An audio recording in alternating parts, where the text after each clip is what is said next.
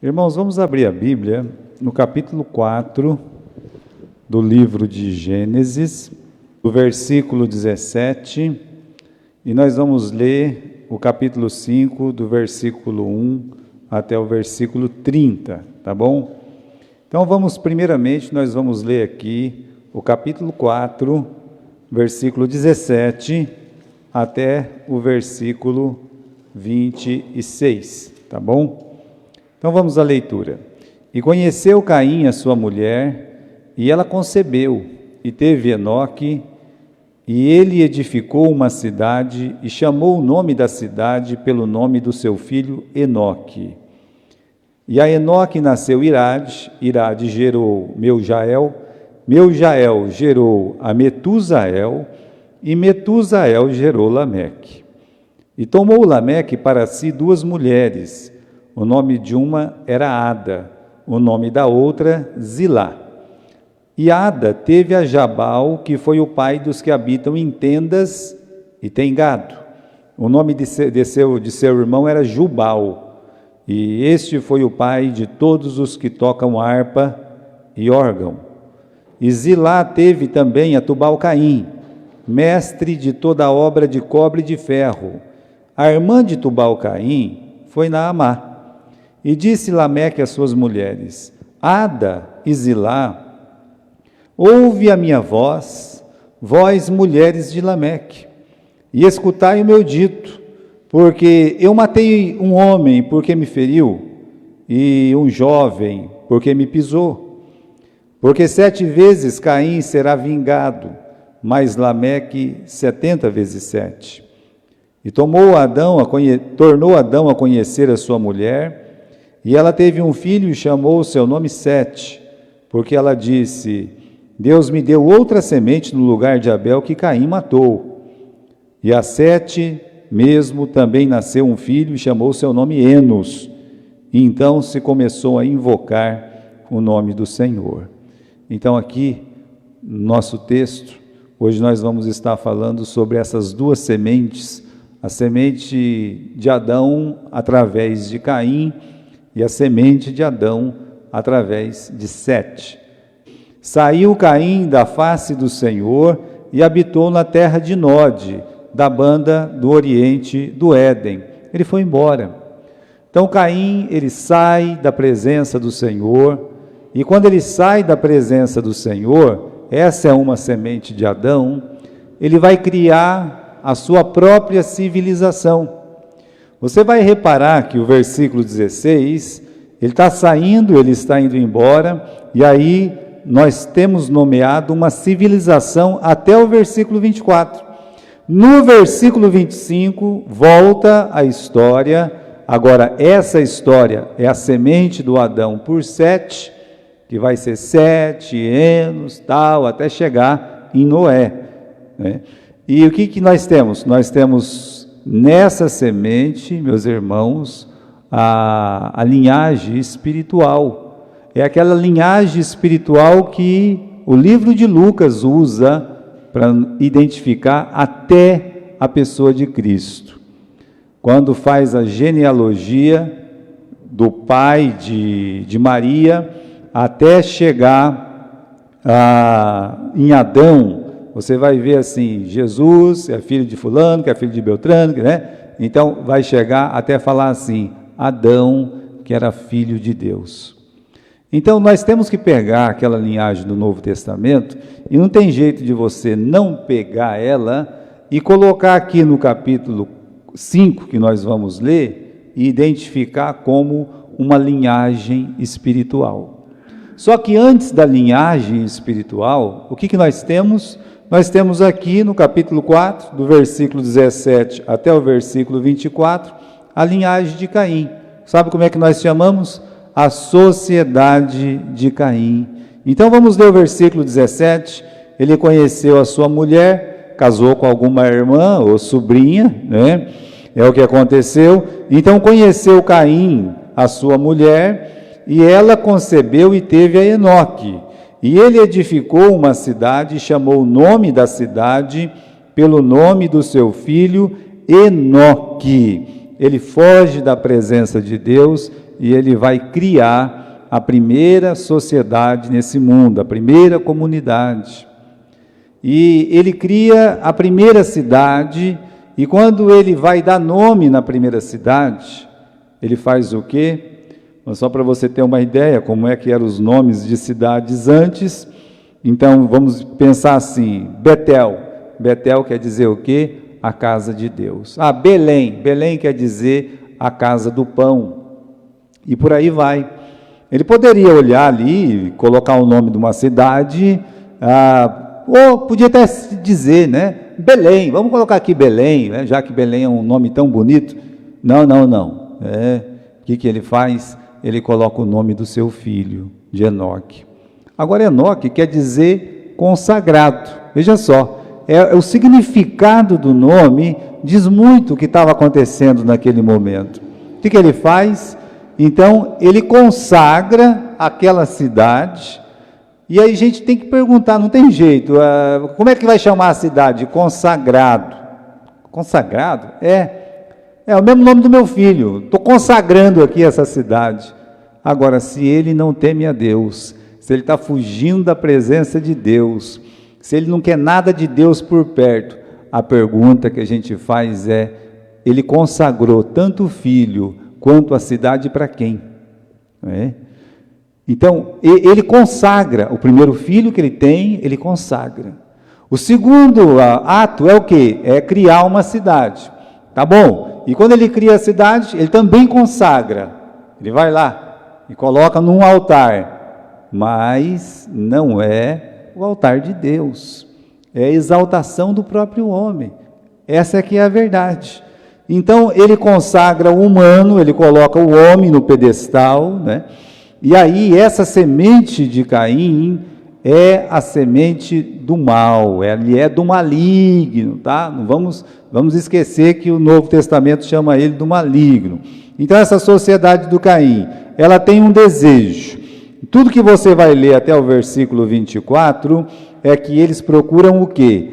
Vencer a maldição de Deus. Deus amaldiçoou a terra.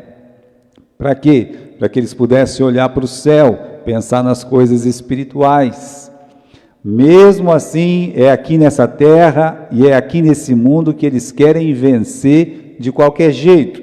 Então, o desejo da sociedade de Caim é vencer a maldição de Deus sobre a terra, e para isso eles têm que fazer tudo o que a palavra de Deus diz para não fazer. E continuando, né?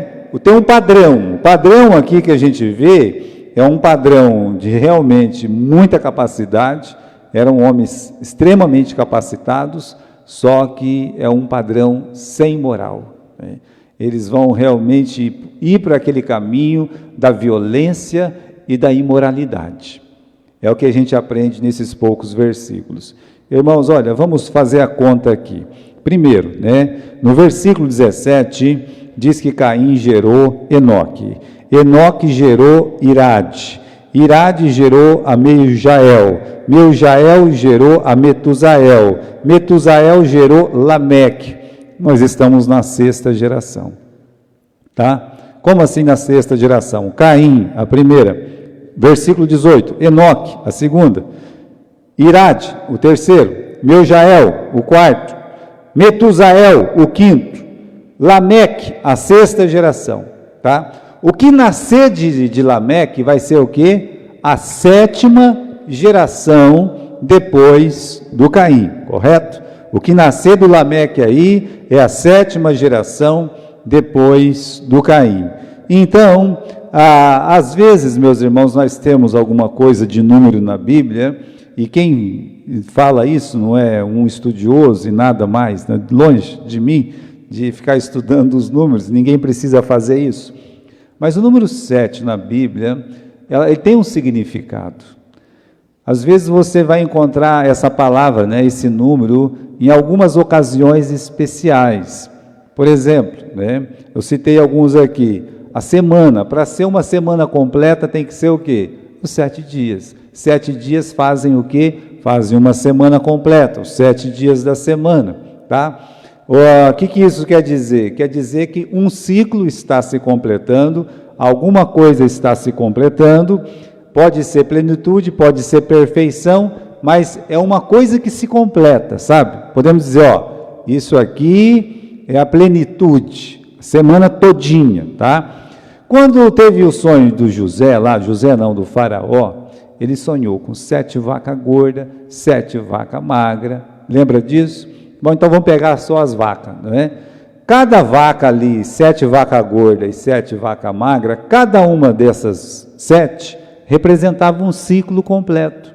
Aqui vai ser 7 anos de abundância, de muita bonança, bom plantio, e depois as 7 vacas magras é um período completo também, muita fome, muita miséria, falta de tudo. Depois nós temos no livro de Apocalipse, mais uma vez, e não só uma vez, lá é que realmente o número 7 se destaca, porque tem as 7 igrejas da Ásia, que representa a igreja em geral, né? E aí você tem as 7 diademas na cabeça lá do dragão e coisa e tal. Cada um, meus irmãos, tem um significado, mas o número 7, encerra-se um ciclo e às vezes completa uma ideia. E o que nós temos? O 7º depois do Caim completa a ideia de um mundo sem Deus. Como é que é um mundo sem Deus? Porque o Caim, ele está criando uma sociedade. E aí, o 7º dele, ou seja, a 7ª geração de Caim, nada mais é do que uma sociedade completa, né, inteira, só que longe de Deus. Essa é a ideia. Então vamos ver aqui, né? A 7ª geração, como eu disse, representa um todo, né? É um microcosmo, uma miniatura do mundo sem Deus, esse 7, e o que nós vamos ver? A luta deles para vencer a maldição, tá? Então são 4 filhos que o Lameque tem. Vamos dar uma olhadinha no nome dos 4 filhos. Aqui está no versículo 20, versículo 20, o Jabal. No versículo 21, o Jubal. Eu acho que meu nome Gilberto está meio perto aí, né? Olha, Jabal, Jubal, né? E no versículo 22, Tubal Caim, e lá no fim do versículo 22, uma menina chamada Naamá. Só que aí você vê o que cada um está fazendo, ou o que o nome de um deles representa, você tem o quê? Você tem a economia, você tem a cultura, você tem a tecnologia, e você tem o culto ao corpo. É uma miniatura de um mundo sem Deus. Olha, Jabal e Jubal, né? Então vamos ver o que era o Jabal. Versículo 20. Iada teve Jabal. Ele foi o pai dos que habitam em tendas, do que tem gado. Olha só, é o homem que constrói tendas. É o homem que começou a classificar o gado, não é? Ele está aqui, olha, vamos separar o rebanho, vamos separar aqui ovelha, vamos separar o gado para corte e tal. Ele fez uma separação. Não sei se ele colocou uma porteira e uns arame lá, alguma coisa, não sei. Eu só sei que ele realmente, ele tomou posse. O que está acontecendo aqui? Quando tem construção de casa, e eu lembro os irmãos, naquele tempo não tinha moeda, não tinha dinheiro, o que valia dinheiro, o que valia moeda, era justamente o gado, sabe? Isso é que realmente tinha valor. E coisa de comer também. Só que aqui, meus irmãos, a economia deles é mais pecuária, ou seja, o Jabal, ele movimenta a economia, que é uma coisa muito importante para o nosso mundo. E você sabe que uma das formas do anticristo dominar esse mundo vai ser através da economia. Por quê? Porque o mundo vai passar por uma fome, o mundo vai cair, meus irmãos, né, nas mãos do anticristo, porque ele vai dizer, eu tenho a solução para a fome, sabe? Eu tenho. Então, o mundo econômico rege a vida das pessoas. Sabe por que Marília tem crescido tanto e as coisas estão tão caras em Marília? É por um motivo só. De repente, hoje você vai comprar uma casa em Marília, e o irmão Hudson estava falando isso comigo, é mais caro o metro quadrado aqui em Marília do que em Brasília, num lugar até considerado nobre em Brasília. Acredite, se quiser. Como é que pode isso? Bom, isso tem uma explicação. Marília é uma das poucas cidades que tem muito emprego, porque é um setor alimentício. E um setor alimentício, dificilmente ele quebra. Tem cidades por aí como Birigui, Franca, Jaú, está sofrendo muito desemprego. Por quê? É sapato, é roupa, é tal. Bom, nós sabemos, ficou o comércio fechado quanto tempo, não é? E quem comprou sapato? Quem comprou roupa? Quase ninguém. Agora, quantas vezes no mesmo período você foi no mercado comprar comida?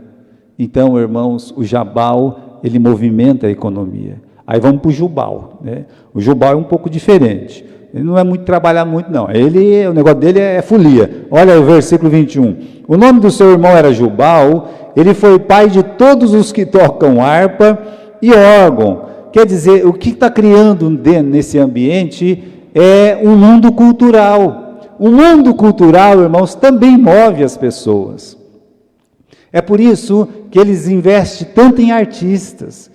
Porque o artista vai lá e fala, eu comprei uma roupa tal. Aí o camarada acha que é muito legal comprar aquela roupa. Olha só, eu pintei meu cabelo de cor de abóbora. Aparece lá artista com cabelo de cor de abóbora. Aí todo mundo, que legal, quero pintar o meu cabelo de cor de abóbora. Por quê? Porque a Maria Chiquinha pintou o cabelo dela de cor de abóbora.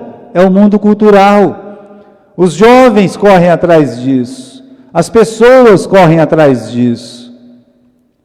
Então, junta esse mundo econômico com esse mundo cultural. Os artistas têm um peso na voz justamente por isso, porque eles ficam ditando o que as pessoas têm que fazer.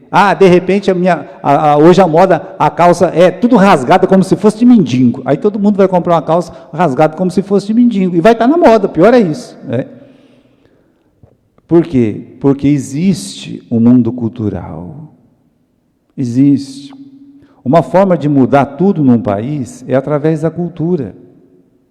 E quando a cultura de um país é pobre, miserável, imunda, então esse mundo daquele país é pobre, miserável e imundo também, sem valores. Vamos continuar, né? Veja que eles tocavam harpa, tocavam órgão, só que é o seguinte, eu vou lembrar os irmãos aqui, que eles não escreveram nenhum salmo, tá? Eles não cantaram uma música para Deus. Aqui o Lameque vai cantar, é o primeiro cantor na Bíblia, é justamente o Lameque, mas ele não vai cantar para Deus. Continuando, já temos o mundo econômico, o mundo cultural, e agora nós temos o Tubal-Caim.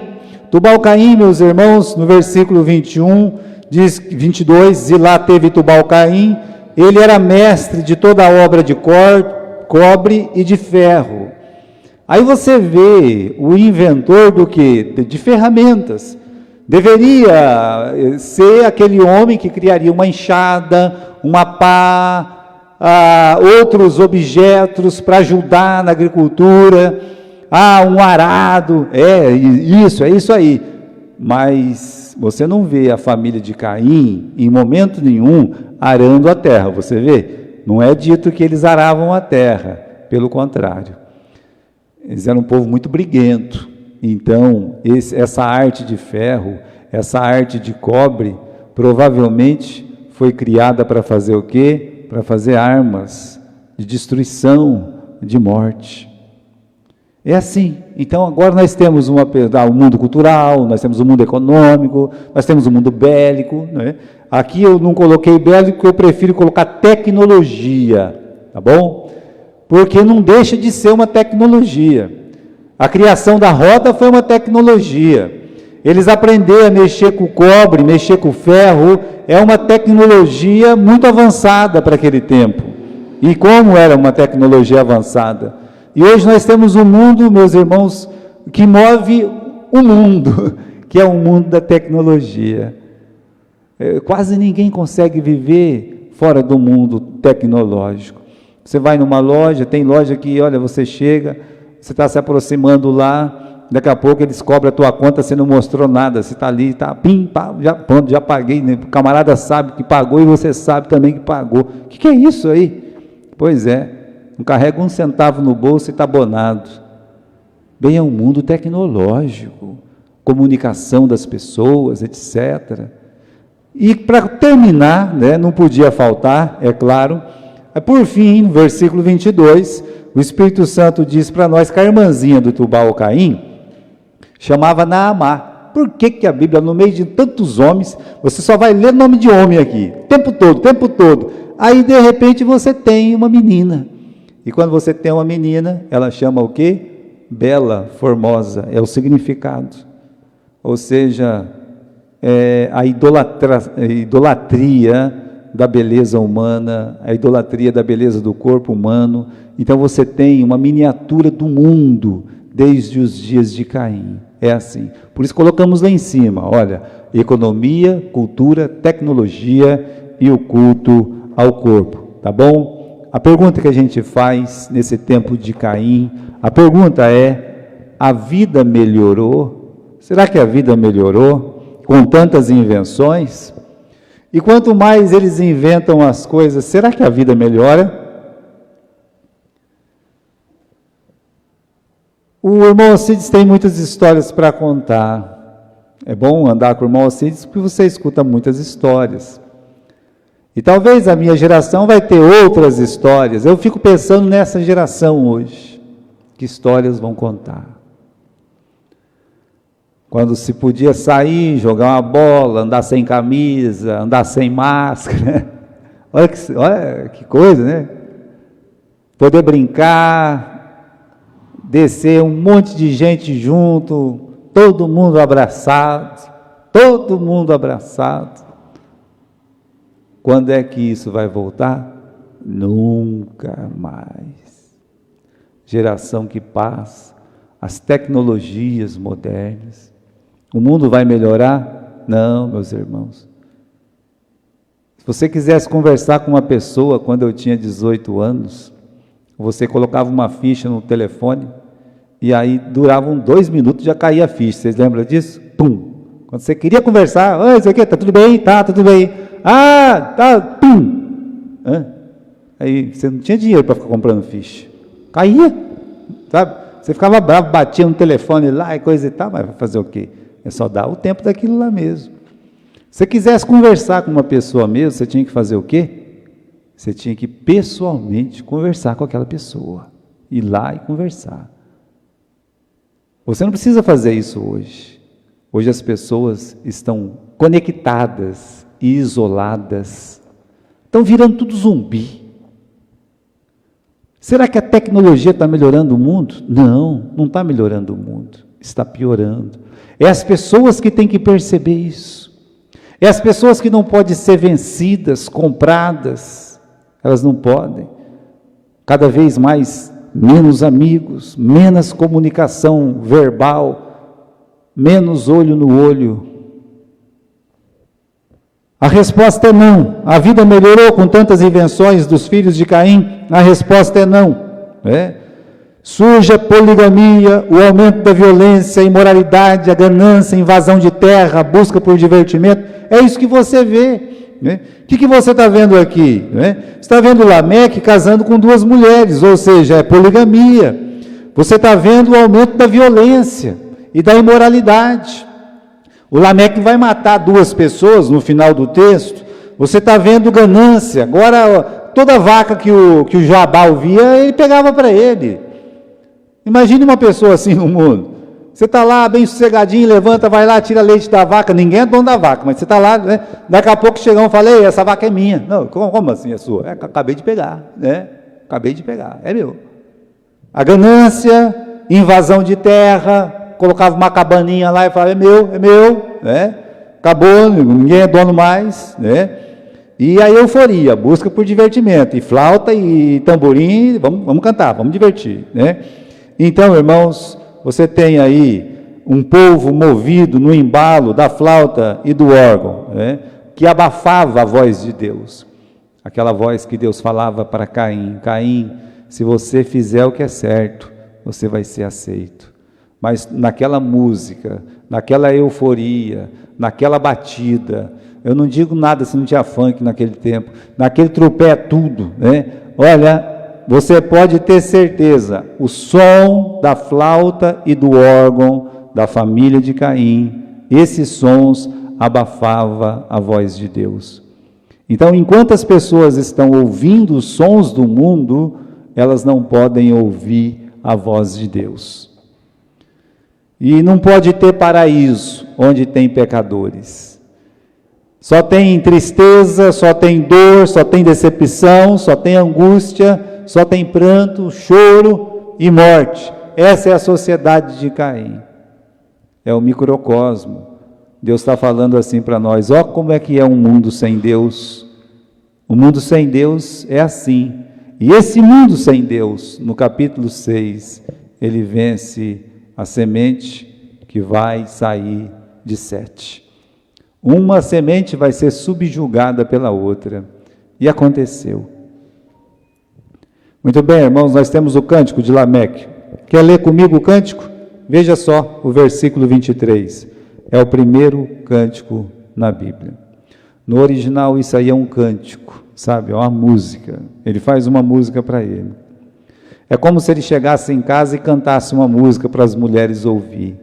Então ele diz assim, no versículo 23, disse Lameque às suas mulheres, Ada e Zilá, ouvi a minha voz, vós, mulheres de Lameque, escutai o que eu tenho para falar. Eu matei um homem porque me feriu e um homem por me pisar. Quer dizer, uma criança, um rapaz, mas o original traz uma criança.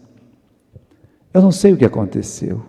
Você só pode trabalhar com algumas probabilidades. Mas esse Lameque saiu na rua e ele encontrou alguém, um parente, né? Porque ali todo mundo era parente de todo mundo. Mas ele encontrou alguém e esse alguém falou alguma coisa ou disse alguma coisa. E eu sei que os dois saíram no tapa lá, e quando pensa que não, ele matou o camarada. Em vez assim, o homem me feriu, me deu um murro. E você fez o que com ele? Eu matei ele. Né? Bom, na lei está dito olho por olho e dente por dente. O que ele deveria ter feito? Um homem me feriu, o que você fez, Lameque? Ele me deu um tapa no pé da lata, eu dei um tapa no pé da lata dele, né? Ele me deu um tapa na orelha, eu dei um tapa na orelha dele. Ele não teria matado. Seria murro por murro, correto? Ferimento por ferimento. Mas o ferimento de um valeu a morte do outro. Ele bateu até matar. Aí eu não sei o que aconteceu. Pense comigo. E um menino me pisou.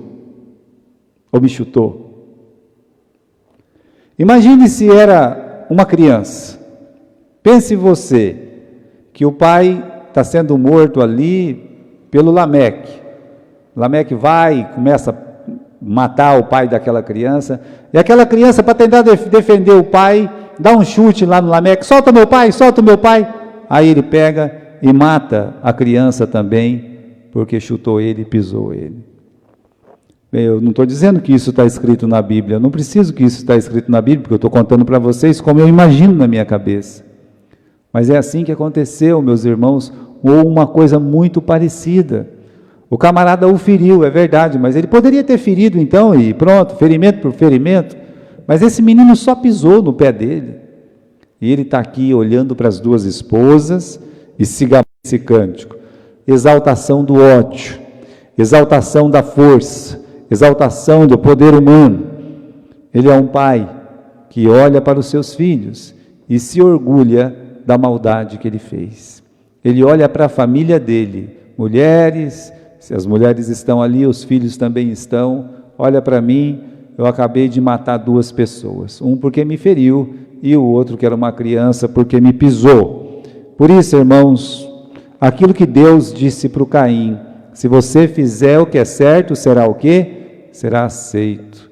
Olha como o arrependimento é uma coisa difícil para essa geração, a geração de Caim, né, que vai vencer a outra geração, infelizmente, no capítulo 6, como veremos, tá? Então vamos continuar aí. Bom, vimos como foi a 7ª geração do Caim, coisa horrível, não é?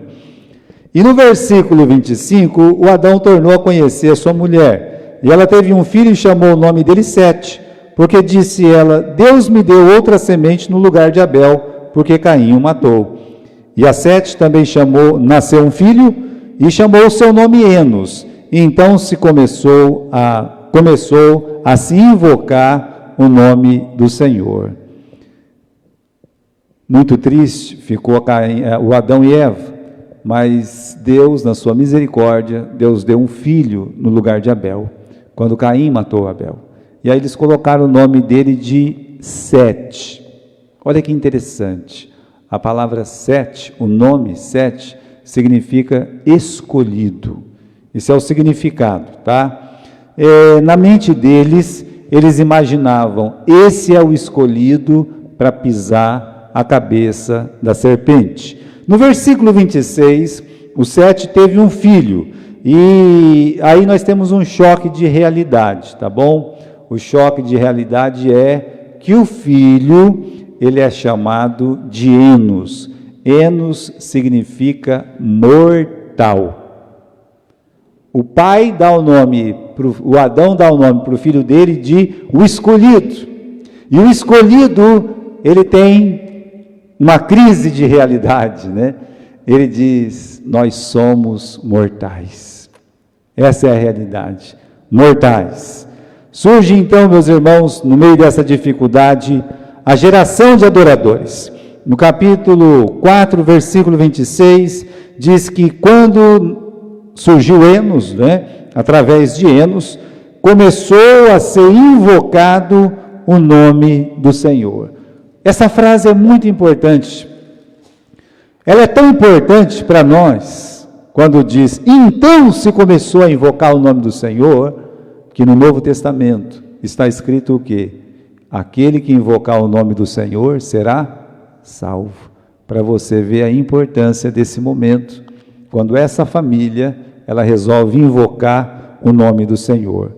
Muito bonito isso, irmãos, quando a gente lê no capítulo 4, que tem uma sociedade pervertida, que vai de mal a pior, e aí nasce uma outra criança, e essa criança vai criar uma civilização paralela de pessoas que, segundo a palavra de Deus, até nos ensina aqui, o escolhido, mortais sim, tá? Mas escolhidos, quer dizer, Deus, Ele sempre tem o seu povo nesse mundo. Apesar que a civilização de Caim está indo de vento em popa, Deus sempre tem os seus escolhidos. Deus sempre tem o seu povo nesse mundo. E tem uma linhagem, irmãos, que corre desde Sete. Vai correr Sete, Enos. Aí sim, você pode ler comigo aqui no capítulo 5, no versículo 1. Este é o livro das gerações de Adão. No dia que Deus criou o homem, a semelhança de Deus o fez. Macho e fêmea criou-o e os abençoou e chamou o nome Adão, no dia em que foram criados. E Adão viveu 130 anos e gerou um filho à sua semelhança, conforme a sua imagem, e chamou o seu nome Sete. Quando Deus criou Adão e criou Eva, eles foram criados à imagem e à semelhança de Deus. Agora, nós temos o filho do Adão. Ele não foi criado por Deus, meus irmãos, no sentido que Deus pegou com as mãos e fez lá o Sete. Não. Mas ele é uma criatura de Deus, sim. Agora, ele é uma imagem e semelhança do seu pai. Sete. É imagem e semelhança de quem? É imagem e semelhança de Adão. Vamos continuar aqui no versículo 4. E foram os dias de Adão, depois que gerou Sete, 800 anos, e gerou filhos e filhas. Você vai ver a diferença aqui, é que existe datas, os nomes estão mais claros. Por que Deus faz isso? Porque essa é uma geração que nos interessa, é uma geração que nos levará até Jesus Cristo, é um caminho que leva para Jesus. Continuando no versículo 5, todos os dias de Adão foram 930 anos, e morreu. E viveu Sete 105 anos, e gerou Enos. E viveu Sete, depois que gerou Enos, 807 anos, e gerou filhos e filhas. E foram os dias de Sete 912 anos, e morreu. E viveu Enos 90 anos, gerou a Cainã. E viveu Enos, depois que gerou a Cainã, 815 anos. E gerou filhos e filhas. E foram os dias de Enos, 905 anos, e morreu. Você vai ver duas coisas nessa geração aqui. Primeiro, é que a data do tempo que eles vivem vai diminuindo, o tempo todo, até chegar no Matusalém, mas aí é uma coisa afora, tá? É uma geração que podia viver 1000 anos, essa geração vivia quase 1000 anos, entre 900 e 1000 anos. Mas uma outra coisa que a gente lê o tempo todo dessa geração, no final do versículo 5, o Adão viveu 930 anos e morreu. No versículo 8, o Sete viveu 912 anos e morreu. No versículo 11, o Enos viveu 905 anos e morreu. No versículo 14, o Cainã viveu 910 anos e morreu. Depois, o Jared viveu 830 anos, tadinho, viveu pouco, né? E lá, diz no versículo 17, morreu. E depois, você vai encontrar, mais uma vez, no versículo 20, e morreu, até chegar a Matusalém, no versículo 21, e viveu Enoque 65 anos, e gerou Matusalém, e andou Enoque com Deus, depois que gerou Matusalém 300 anos, e gerou filhos e filhas, e foram todos os dias de Enoque 365 anos, e andou Enoque com Deus, e não se viu mais, porque Deus o levou para si, ou Deus o tomou. Bem, nós temos 10 gerações entre Adão e até Noé. Todos, como vimos, são iguais a Adão. Todos. Isso significa o quê? Que eles são mortais. Primeiro, são mortais. Segundo, eles estão condenados à morte. Olha, essa tela é muito importante. Temos um versículo aqui lá de 1 Coríntios que diz: qual o terreno, tais os terrestres. O que significa ser a imagem de Adão? Significa, primeiro, que todos nós somos pecadores. Carregamos o pecado de Adão. A segunda coisa, significa o quê? Significa que nós vamos morrer. Por isso todo mundo morre. Diz o livro de Hebreus, no capítulo 9, no versículo 27, está ordenado a todo homem o quê? A morte, e depois disso, o juízo. E tem uma diferença com a geração de Caim. A diferença é que essa turminha aqui do capítulo 5, elas invocavam o nome do Senhor. Porque aí começou a invocar o nome do Senhor. Olha, eu citei ali, todos são pecadores. Olha o que diz o livro de Romanos, no capítulo 5. Veja lá, nós temos aí o capítulo 5, e versículo 12.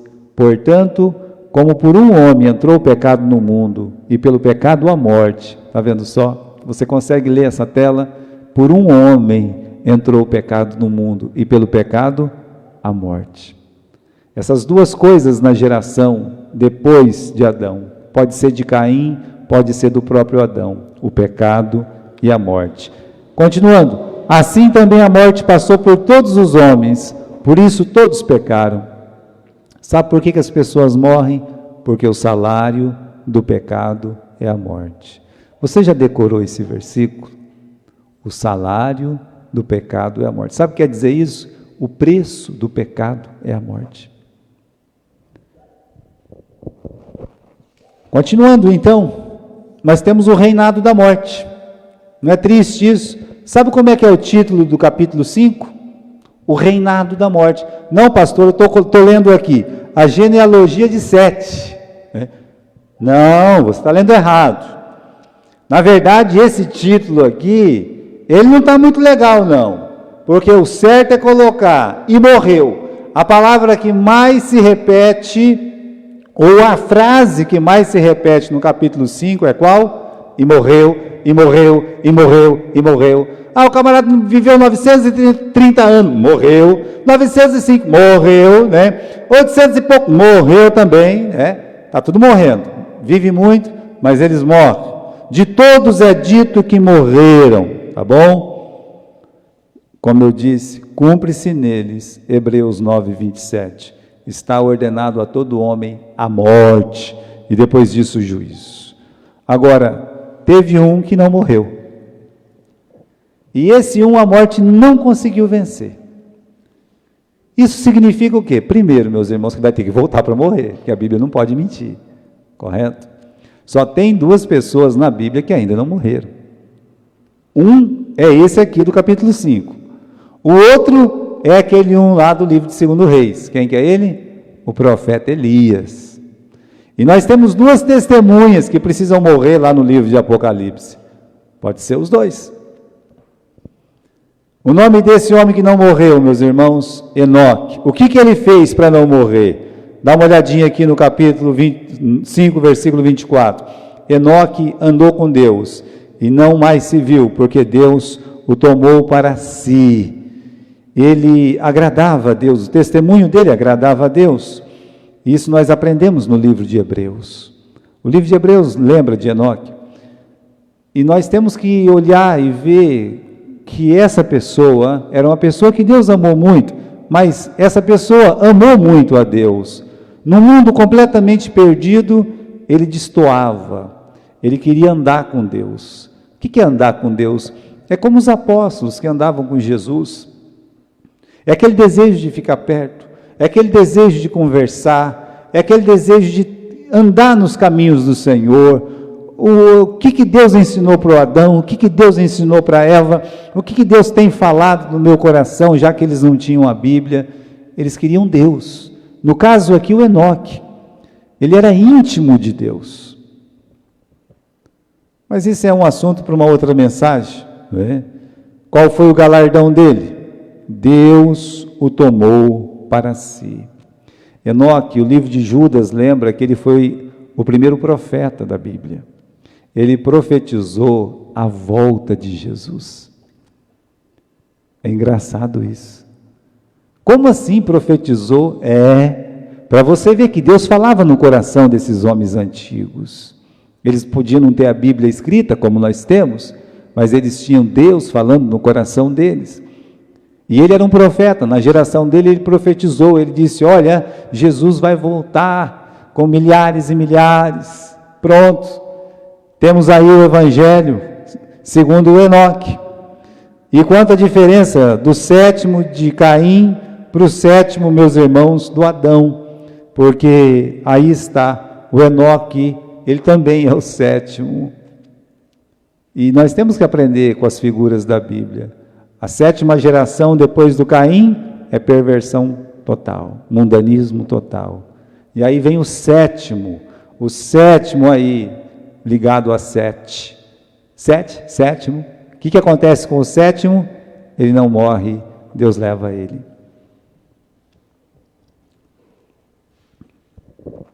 Temos uma verdade importante aqui, né? O capítulo 4 mostra o que é a humanidade na geração de Caim. O capítulo 5 mostra como a humanidade, por mais que se esforce, está condenada à morte.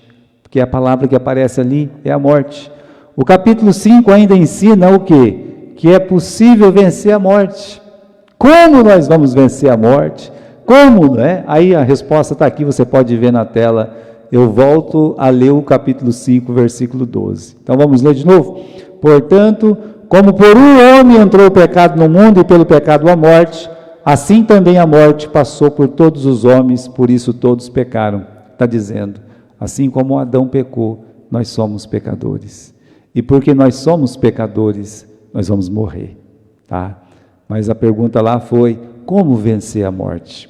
Vamos continuar. Temos em Romanos, capítulo 5 e versículo 19.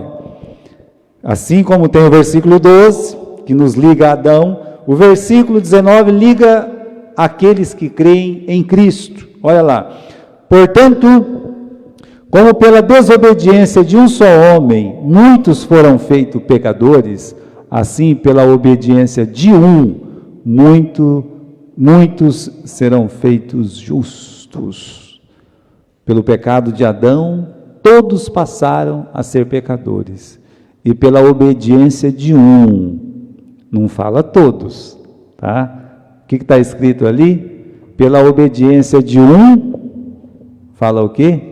Muitos. Sabe por que não fala todos, mas fala muitos? É porque muitas pessoas vão se converter, mas nem todos vão se converter.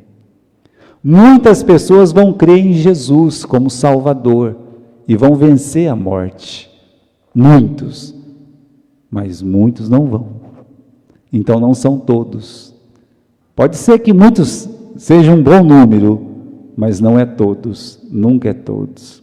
Mais triste ainda é saber que a porta larga atrai mais gente do que a porta estreita. Que aquele caminho largo conduz à perdição e muitos estão entrando por ele, mas aquele caminho estreito, são poucas pessoas que encontram. Então, muitos serão feitos justos, no sentido que as pessoas vão se converter, vão crer em Jesus, e quem crê em Cristo, vence a morte. Agora, olha que boa notícia para a gente terminar o nosso estudo, está aqui em 1 Coríntios, capítulo 15 e versículo 49. Assim como trouxemos a imagem do terreno, pecado, a morte, cada dia vou ficar mais velho, você também, está rindo de mim? Você também, Então, assim como trouxemos a imagem do terreno, mortal, assim traremos também a imagem do celestial. Meus irmãos, quando Jesus Cristo voltar e remir o seu povo, e quando aqueles que já morreram voltarem com Ele, aqueles que estão aqui serem transformados, o toque maravilhoso será o toque daquela trombeta, quando, meus irmãos, Cristo inaugurar o seu milênio. Então nós vamos trazer a imagem do celestial, uma sociedade sem morte, sem dor, sem sofrimento, sem tristeza. Não é assim que canta lá a Voz da Verdade? Morte e choro, nunca mais. Tristeza e dor, nunca mais, De fato, nunca mais. Então, esse é o ensinamento do capítulo 4, no final, para o capítulo 5, tá bom? Para a gente poder, já pegando uma chave, para entender o capítulo 6 das duas sementes. Amém?